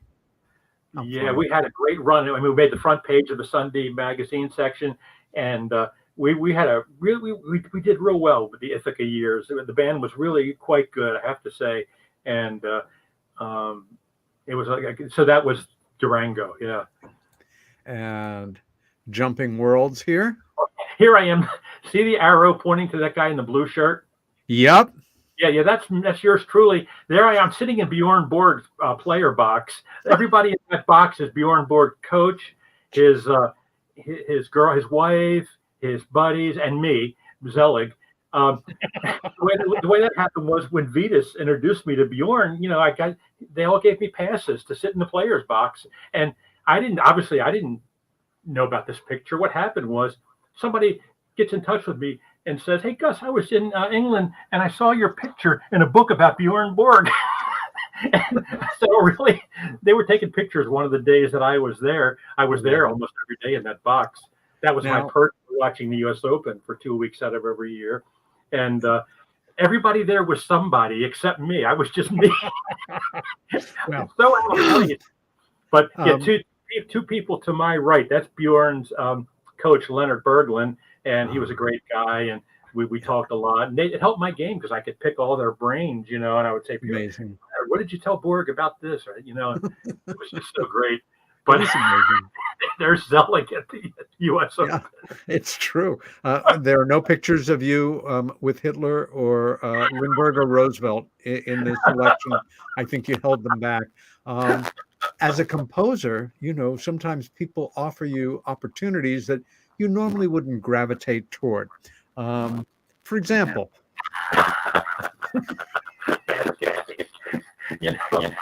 People knew hold it this. again. Our sound is slipping again. Hold it one moment. Chanel, do your magic there and take it away, Gus. Okay. Again, we're into the world of how things just happen. I didn't look for this. We were playing a gig in Lake George, me and Durango, and we got to be friendly with a group of crazy people who would come to our gigs. One of whom eventually moved to New York and wanted to produce crazy horror movies. And he called me up. He said, "Gus, we need some music for this crazy movie we're doing with no budget. It was a zero budget movie, and boy, was it ever! Oh my God!" And I said, "Sure, I'll do it." You know, I love movie scores, and I've always wanted to try to do one. Yeah. So I ended up doing the score for this movie, Basket Case, that became a cult classic. It's out in Blu-ray, many editions. I remember years later when a Japanese film crew was in the States, and they came to film me here in my little house. about the Kennedy story, and they were when they came, there's like 6 or 7 of them came to my front porch, and they Saw were the poster. very, very polite but mild mannered and quiet. Well, they walked into my living room and they saw this poster and they said, "You do basket case?" They knew basket case in Japan. Now all of a sudden they loved me and they're bowing to me. And they said, "Can we get a picture with you?" So we went on the front lawn, took a group picture, and they didn't think anything of me until they saw the basket case poster. You remind me, at a certain point in my sister Helen's career, she was offered a film role, and also it went on to become a cult classic, not a no budget, but a very low budget film called The Toxic Avenger, which Helen co-starred in. That's right, I forgot. Yeah, And with footage that was left on the floor without letting her know, she was in the Toxic Avenger 2. And both hysterical, very little in the way of financial remuneration. What I remember is the Kaufman brothers, whose production company was on 8th Avenue in the 50s, in like a 3rd floor walk up. There was a scene where there's an explosion and a baby is blown into a tree. And the scene called for a baby in a tree that was crying, and it had to be a real baby. For some reason, they couldn't get a baby. So one of the Kaufman brothers happened to have a baby, and that baby went up in the tree. And film business is the way it goes there. Let me tell you a funny story about basket case. I think it's in the book. It became a kind of a cult sensation. It played at the Waverly, where the Rocky. We followed the Rocky Horror movie into the Waverly in Greenwich Village. We played there for longer than the Rocky thing. It was a midnight showing, and people started dressing up like the characters in the movie and talking back to the screen like they did with the Rocky Horror movie. And one day, I get a call from the producer. He said, "Gus, you got to come down here and see what they're doing. It's crazy. They're yelling back at the screen. They're dressing up like doctors and nurses. It's out of." I took a bus down from Lake George, and I went to see it again at the Waverly. And lo and behold, there were people holding wicker baskets, which held the monster, and they were in these robes. Anyway, so what they were doing was, the first thing they did, the first audience response was when at the beginning, a guy comes out of a house at night, a dark haunted house. He's looking in the bushes for some noise that he heard, and it's My Spooky Music is playing. And the credits are rolling as this is happening. This is a basket case written by, and this guy, this actor character, hears a noise, and he says, "Who's that?" Just as he says that, just happens to be the time when it says music by Gus Russo. So the whole audience goes, "It's Gus Russo." And I stand up and I say, "It's me." So they did that every mortality is insured. So, and the other there's so many weird things. One thing, boy, so much is coming to my mind here. We made no money on it, but then it started coming out in DVD and multiple things. Oh, no. And I had moved around a lot, and I'd made my way back to Baltimore, never made any money really on the movie. And I get a call in the early 90s from ASCAP, the clearinghouse for music rights. I thought I was in big trouble because I've been playing all these songs in clubs for years. Oh, sure. Right, of course. Covers. Yeah. And I said, "Oh my God, they got me somehow." And so I said, "No, you got the wrong guy." And I hung up. So a few months later, I get another call, and they said, "Is this Gus Russo?" And I said, "Oh God." And I said, "Yeah, it is. What did I do?" They said, "We've been trying to find you for a long time." I said, "Oh," I'm thinking, "Oh man, I'm going to jail. My mother's prediction is coming true." And what it was, they said, "You have royalties piled up for the last 15 years." Oh my gosh. Movie, and we've been trying to pay you, and so they sent me a check for $20,000. That's how I got my first real solo house to rent, was because I answered the phone finally, and all these royalties. They said, "We've been trying to find you." So there you go. As you're speaking, parts of the book are coming out back to me. And of course, once you've done Basket Case, I mean, there's nowhere to go but on to your next feature film. They interviewed me for the local paper. It gets better and better. Yeah, they interviewed me for the local paper after I'd done a bunch of this kind of stuff. And the article was about how we did it, and blah, blah, blah. But the title of the article, the headline was, no. headline says local guy does this, but the first bold sentence in the article was, when you think of brain damage, think of Gus Russo.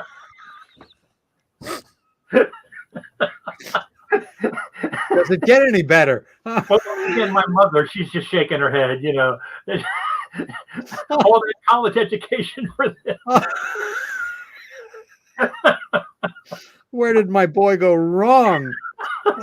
Her big expression in the family, she would shake her head and say, "What a waste." But I'll tell you what, you stand behind the scores of one of the most remarkable double features imaginable. Yeah, and Brain Damage did well too. Oh my goodness, there were sequels. There was Basket Case 2, Basket Case 3, Return to Brain Damage. It was just these little movies that yeah. I was working on a Basket Case. I spent a lot of time in the city, and in as you know, St. Mark's Place area where we lived was just a hotbed of great musical talent. Joe Jackson across the street. The Rolling Stones filmed one of their videos right in front of the apartment at the Howard Place Bar and Grill, waiting on a friend. We watched them do it. We got to know Deborah Harry. She lived down the street. I got one of the gophers on the Basket Case movie happened to be a pot guy, and he delivered pot. He was delivered pot around the city. One day he said, "Of course, I got to go up to the Dakota. You want to come with me? I can take some pot up to Lennon." So I met John Lennon through Basket Case. and I actually met him once before, but this was a little different. In New York City in those days, you saw everybody. It was so exciting. It's true.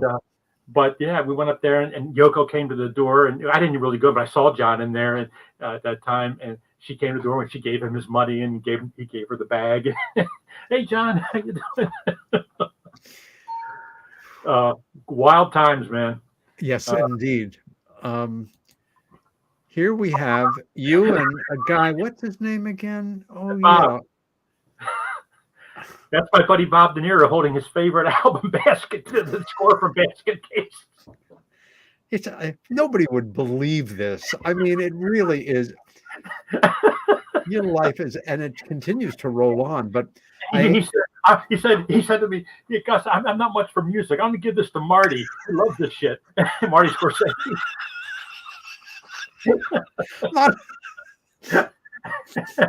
Okay, my turn to come in for 90 seconds here. School of Visual Arts in the late 60s, wide open, maybe 500 students, no student numbers. When Columbia was taken over by the students, the director of visual arts asked us if we want to take over the school. We were too busy getting stoned and having sex with each other to be bothered with that. And one of the things I loved about it the most was you could sit in on most classes, even if you weren't registered. And there was a drawing instructor that I liked a lot. He treated you, even if you weren't his student, as if you were.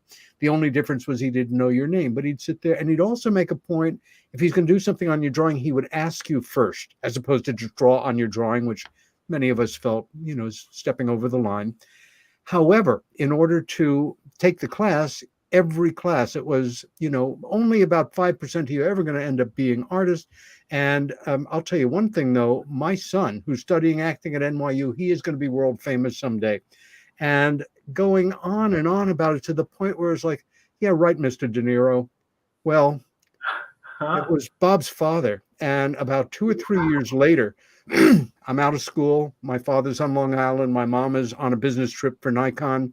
I go out for a guy's weekend. We go out to the steakhouse, have a drink. We walk over to the theater, local fantasy theater. There's a movie we've never heard of, directed by a director we've never heard of, with actors we've never heard of. Sounds okay to us. We go in, and we've got this guy moving around the room and thinking thoughts, and finally his head hits the pillow, and the soundtrack comes up, and the Ronettes' Be My Baby starts, and it's the beginning of Mean Streets. Mm-hmm. And we watched it absolutely mesmerized. And at the end of the film, as the credits rolled, I go, oh my God, you were right, Mr. De Niro. So I thought if I ever meet him, at least I have a conversation starter. Oh, for sure. And he's the nicest guy. Oh my goodness. I mean, he's come down to Baltimore and to DC just to come down for my book parties. Oh my gosh. And he what I love hearing stories like that. I haven't any contact for 4 or 5 months, but usually there goes spurts where we'll email each other every couple of days. But he's just a great guy. Yeah. I mean, the way I got the Best of Enemies book thing was the CIA guy calls me and said, "Hi, is this Gus Russo?" I said, "Yeah." He said, "This is Jack Platt," and I knew who Jack Platt was from his reputation, CIA. And he says, "Bob De Niro says you're the guy to write my book." And see, he would do that. He would recommend you. He would try to help you out, and that's beautiful. Just a nice guy. If you ever get the chance, hang with him. He's a good guy. I'll do that. This was sent to me by the gentleman in the white suit. Of course, is the famous Jim Lavelle, the detective who was handcuffed to Lee Harvey Oswald, and he sent this to me. And he's autographed it on his leg. What some company did was they hold it, Gus. We need a audio correction here, Chanel. And continue on, Gus. Jim sent this. Nope, we still got it. Try again. Yeah, working now? Fine. Oh, very interesting. And this is this company come up with these protective backings you can put on your electric guitars. So they photoshopped this picture with Lee Harvey Oswald on the microphone and Jim holding guitars. And Jim's, what did it say on there? To my good friend Gus. Anyway, Jim was one of the thousands of people that I got to interview and talk to, and I thought this was kind of goofy. You'd like to see that. Talk about being immortalized in a photograph. Gosh. Really? Yeah. One of the CIA guys I interviewed was with Fidel Castro in the 50s before he took over, before he won the revolution, and the CIA was actually working with him and this was him in the hills getting his teeth drilled with a Singer sewing machine. The CIA guy gave me this picture he took of him. I thought it was kind of strange. Well, this is not a picture everybody has in their photo album. That's on my wall right next to me. Of course. Okay. There I am with Oliver Stone years after the movie was made, but also in the picture off to the far left is Maggie. And then next to her is Paul Haggis, the Academy Award winning screenwriter. Jesus. So basically it's me and 3 Academy Award winners. As happens in Gus Russo's life. Who doesn't belong in this picture is what my life is. Jesus, even that part of Maggie looking over at Stone is a keeper. Obviously, the movie JFK was highly controversial.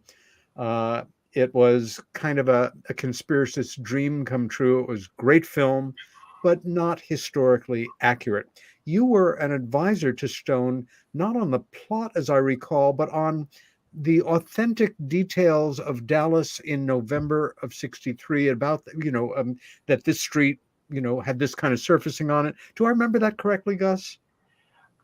Yeah. By the way, I have read the instructions here to lower my microphone, but it's not easy to do without going into the preferences. It takes. Okay, we're doing fine. Just talk quieter.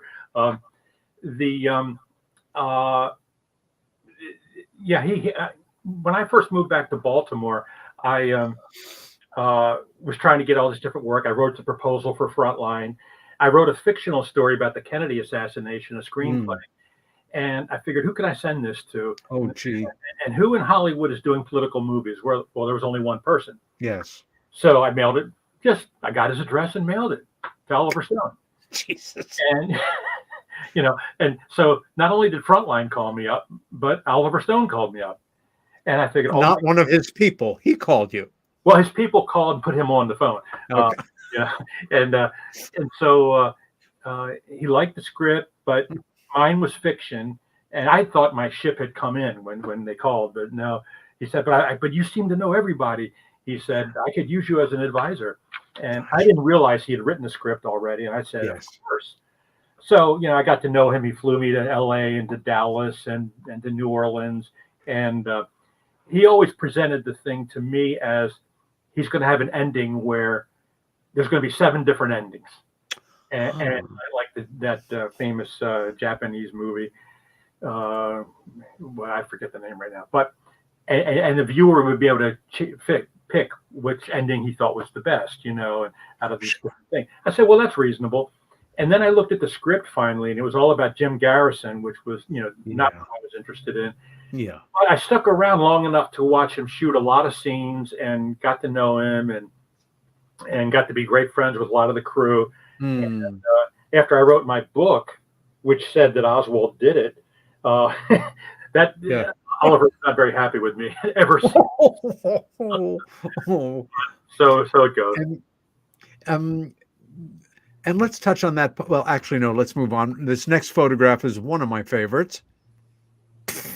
Jesus. Yeah, there I am producing a segment with the great Tom Brokaw and Dan Rather. I can't believe that, I co-produced that show Where Were You in 2013, and just got to meet so many people that I didn't work with. Dan Rather I had worked with before. Yeah. But, that was a thrill to get those two guys together and to get a picture with them.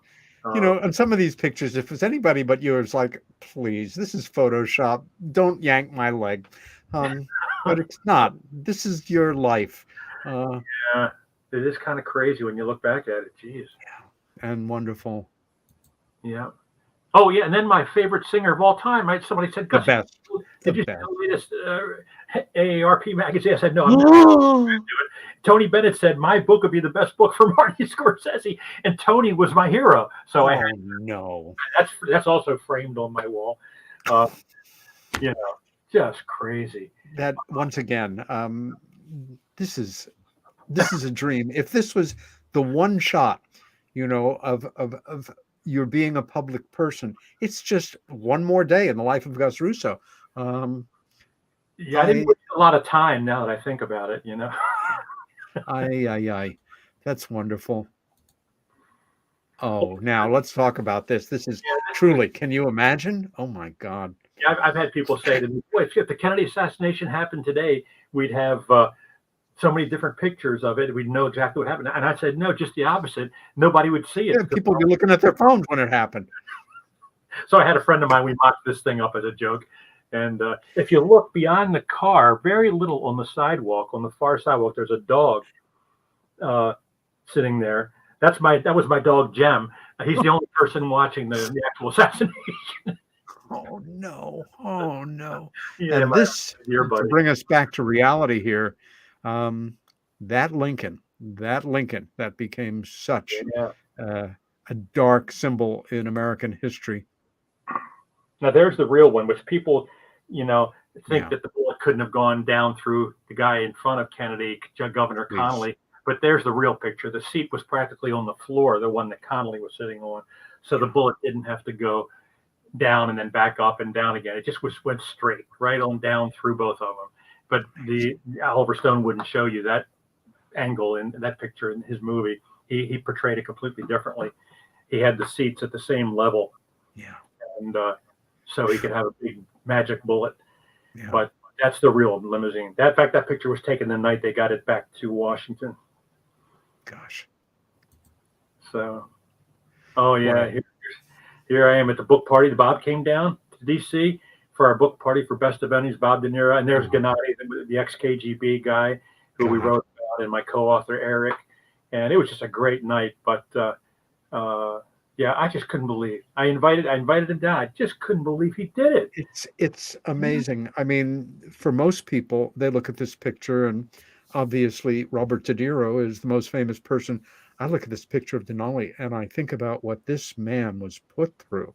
And once again, the transcendence of friendship. You can be on complete opposite sides of the aisle, of political beliefs, of life and death. And when you care about somebody and they care about you, it transcends everything. For sure. Yeah, I learned a lot by talking to those two guys. I'll tell you, they loved each other. Yeah. Gus, at this point right now, you have written a fictional book you've written a novel. Can you tell us a bit about it? I was always thanks. Yeah, I was always curious if I could do fiction, and I always wondered what the difficulty level was compared to the hard work we do in nonfiction interviewing Yeah. people.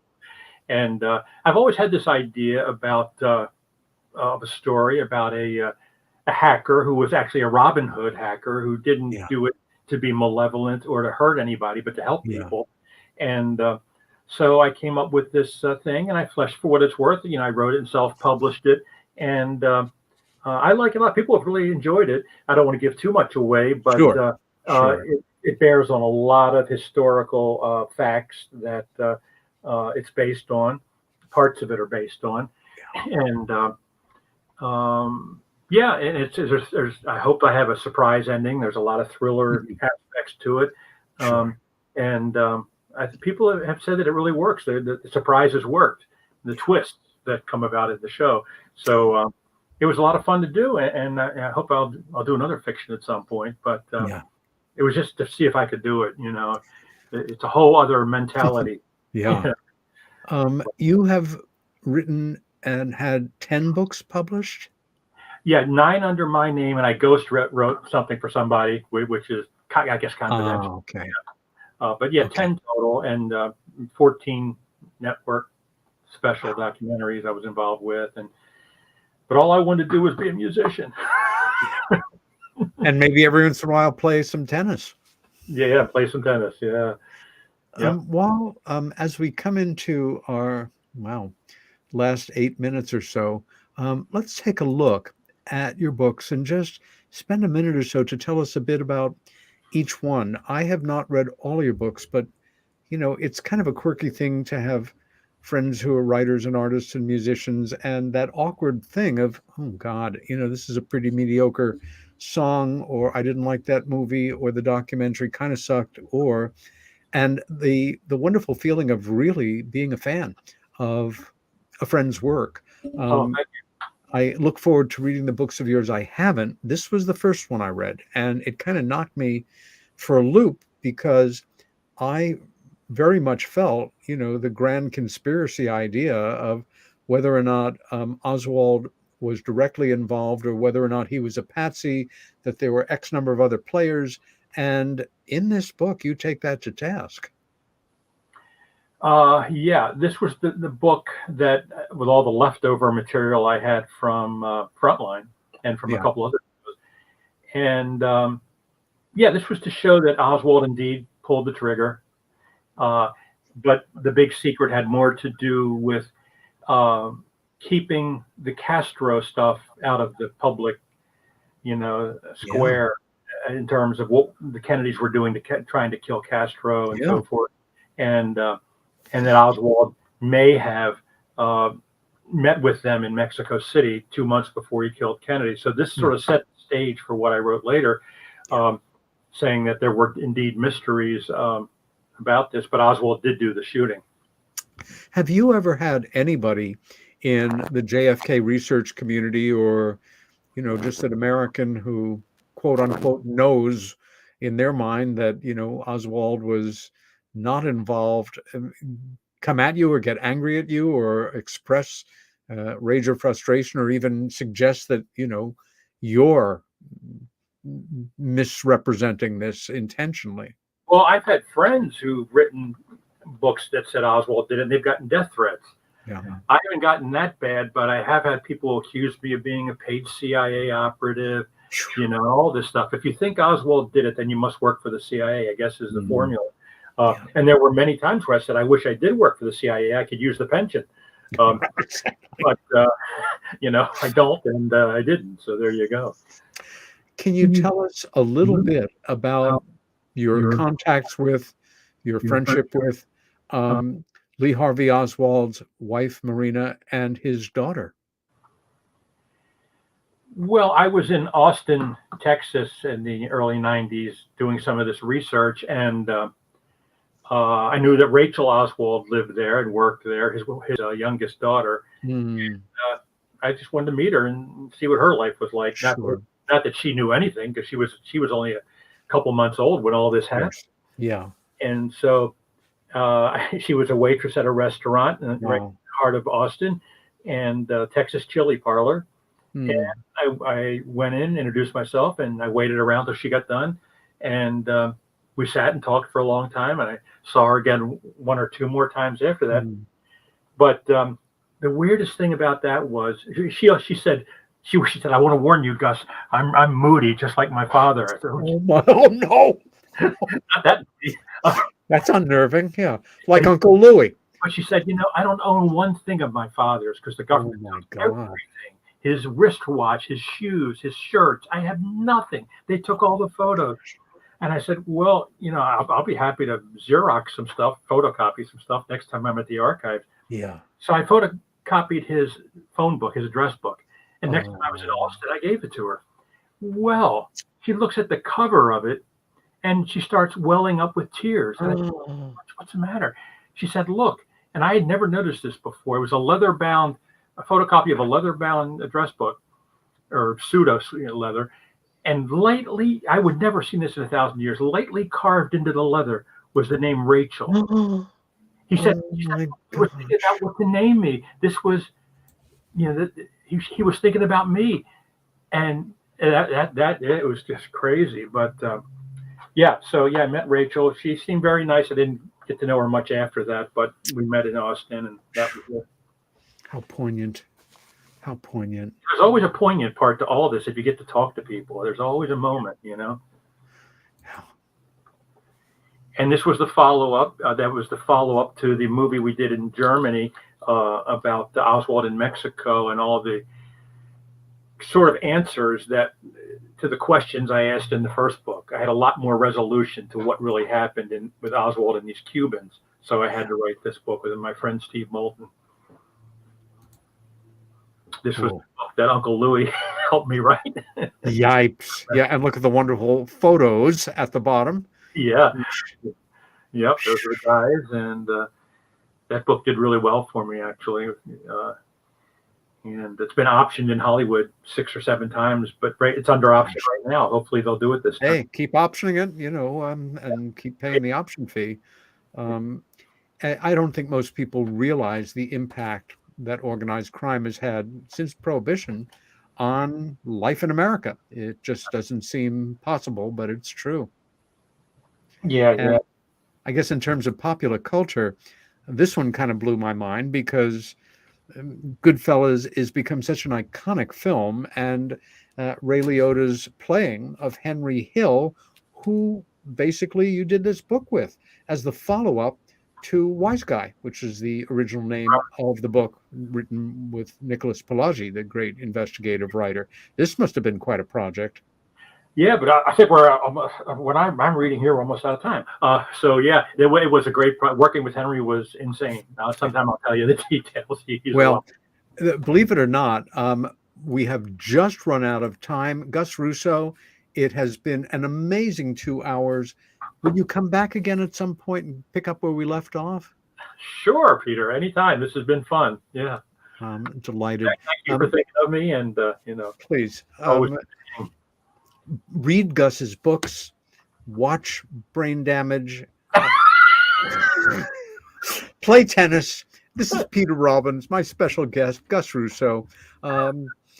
Stay well, stand up for what you believe in, be kind to each other, and we'll see you next week.